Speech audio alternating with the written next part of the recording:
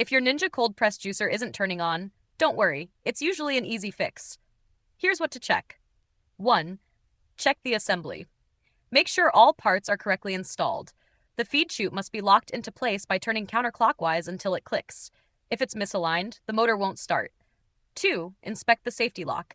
The juicer won't operate unless the safety lock is engaged. Double check that the pulp container and juice spout are fully seated and the anti-drip lever is open. 3. Confirm the power source. Make sure the power cord is plugged into a working wall outlet. If you're using an extension cord, plug directly into the wall to test. 4. Try the reverse function. If the juicer jammed during the last use, press and hold the reverse button for a few seconds. Then, press start and see if it powers on. 5. Clean around the safety sensors. Sometimes pulp buildup can block the connections.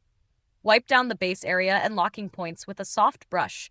We've linked a juicer cleaning set below that makes it easy. If everything's clean and locked properly, your Ninja cold press should be back in action. If not, contact Ninja support using the link below.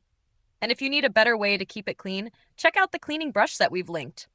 If this helped, subscribe to No Filler Fixes for more quick appliance breakdowns. Thanks for watching, and juice easy!